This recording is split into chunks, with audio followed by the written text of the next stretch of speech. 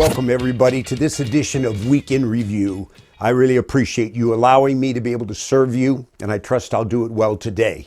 I want to address the subject of Biden's big trouble. Democrats, blacks, independents, the media, they're bailing big time. And you say, well, Larry, what are we supposed to do? Well, number one, obviously, pray. Next year, Intercessors for America, a national prayer ministry, will celebrate 50 years equipping people in this realm. And I've been with them almost from the beginning. So we pray for the governing authorities, but we have to pray intelligently and with a biblical perspective.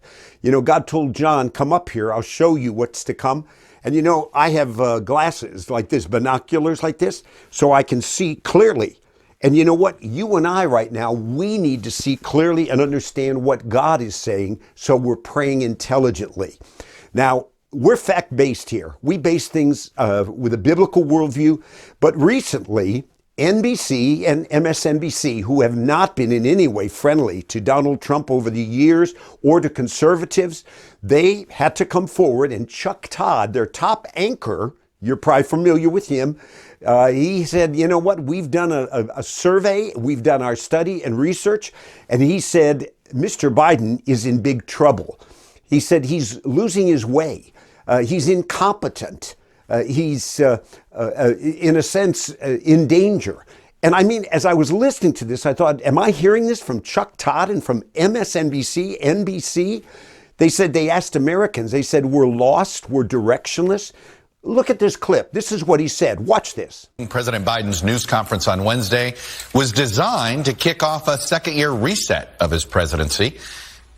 Recapture his political identity, if you will. But our new NBC News poll suggests Mr. Biden does need a reset because he's lost his identity a bit. He's no longer seen as competent and effective. He's no longer seen as a good commander-in-chief, or perhaps most... Now that's coming from leftist-leaning NBC, but they're having to admit the truth. Time magazine, on the one-year anniversary of Joe Biden in the White House, did you see the graphic of him? This is an apt description. It tells the whole story. Another graphic, look at this one. It describes basically and conveys the idea things are a mess, and they really are.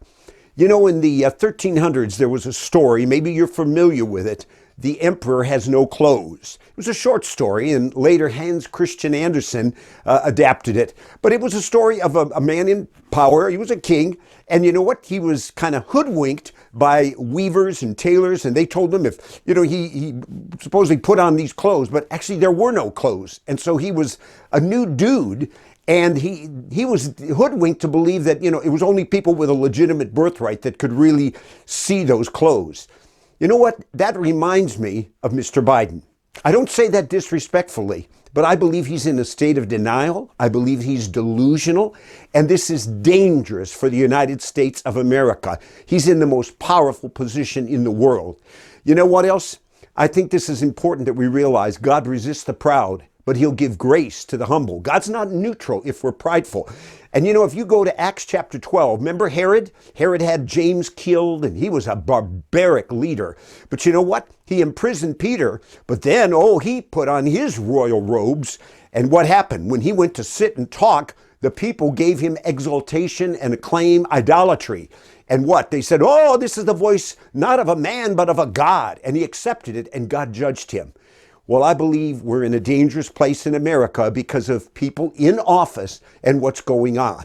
I'd like to share with you what are some of the specific reasons that I believe Mr. Biden gets an F. That's what the report is. He gave a press conference recently, and I invested 2 hours. And I had to kind of say, okay, I'll take my medicine. But I took notes and I watched it. I was stunned at the glowing reports and the perspective that he was presenting to the American people. It was not accurate. It was deceptive. It was a ruse. And you know, that very day, Politico, they actually released the survey. And what do Americans rate in terms of a report card for Mr. Biden? I'm not kidding you. 37% gave him an F.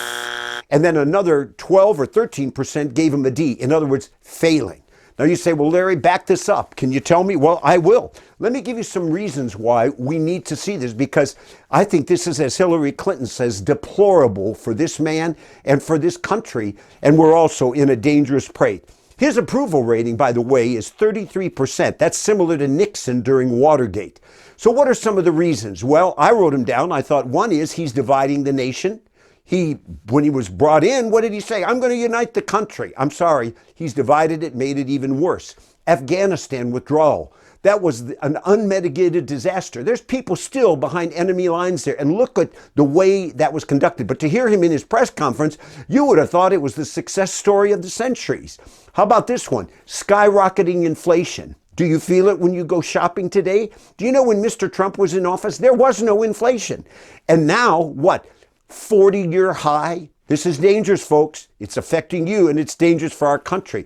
How about ever-increasing gasoline prices?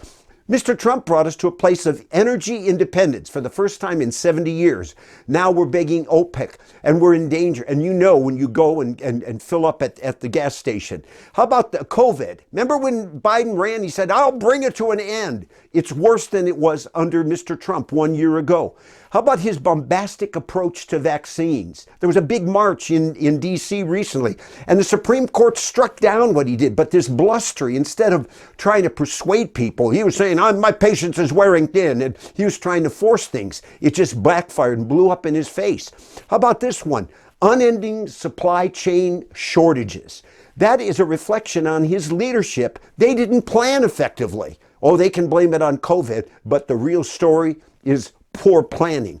How about this? Voter suppression ruse, what he tried to pull, and that thing blew up as well.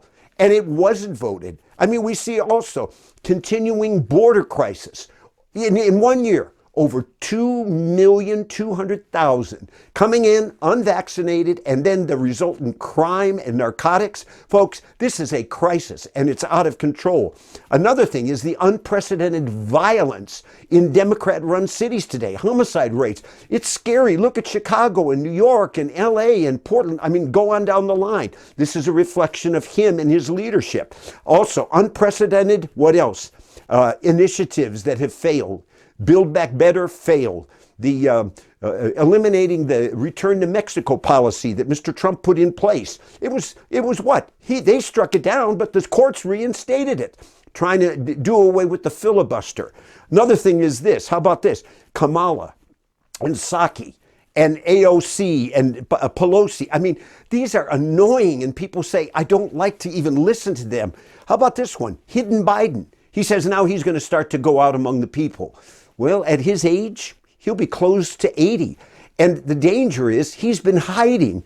And so now what's going to happen? Well, how about this one? Aggressive leftist agenda, promotion of abortion on demand, taxpayer funded. And yet he said that, hey, I'm moderate. I'm not a socialist. People are looking and say, do you really believe what you're saying, sir? And then a few more. How about the ongoing entitlement programs? In other words, that's the solution. I mean, I could go on, but what did he say in his press conference? I couldn't believe what I was listening to. You can Google it and listen. You'll say, is he really believe this? I'm telling you, respectfully, he's delusional, and he's in a state of denial. You know, in his press conference, you know what? He said, what is the trajectory of the country right now? Is it moving in the right direction? I don't see how you can say that it's not. Well, almost 70% of Americans say we're going in the wrong direction. Is he on the same page? Is he clueless? What's going on? How about the current problems? What did he say they all stem from? Here's what he says. COVID, Trump, and obstructionist Republicans. Not taking any responsibility. Folks, that's blame shifting. That's being irresponsible instead of saying, I need to make a course correction right now. How about solutions for temporary inflation? You know what he said? Inflation is temporary. It's not that bad, basically, but you know what his solution is? In a nutshell, he said it.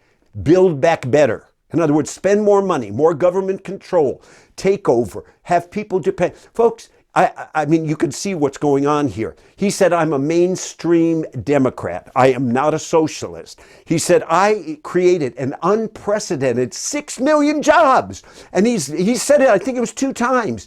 Folks, that's a sleight of hand. When lockdowns ended and restrictions were lifted and the checks ran out, yes, people started to return to work. That's not as a result of Joe Biden creating 6 million jobs. You've got to be discerning and perceptive on this. He also denied, they said, what about pulling the country to the left? He said, no, I'm not. Well, and then what is he doing? Reveling in more government spending, and that seems to be a solution. He was asked about his cognitive state. He deflected it. And then he said he's going to run again. And who's his VP going to be? Well, Kamala. Well, I look at all this and I tell you, we need to pray for our country, because when I listen to him, and you can Google this as well, when he went to Atlanta, Georgia, and I lived there for 11 years, he was saying, if you don't support this ruse of the voter, what they were saying, voter suppression and voter rights, we've got to do this, and no voter ID and mail out ballots and all of these kind of things that were really, instead of correcting dishonesty and fraudulent things in an election, let's just say, hey, let anybody come in, they don't have to be citizens. Folks, this is dangerous. It's delusional. And you know what he was saying? That you're racist. You're like George Wallace. You're like Bull Connor if you don't support this. Well, thank God it was defeated, because you have states and leaders that are saying, we want not fraudulent elections, but honest elections. Jesus said, you'll know people by their fruit. We need to pray for this man, and we need to pray for God to have mercy on the United States of America. I'm trusting God that he's going to intervene, and there's going to be a new day. You watch with the midterms coming. Don't be passive. But I believe there's going to be a shellacking of the Dems, progressives, the leftists, and they're going to get their wake-up call. People don't want to go this way, destroying the United States of America.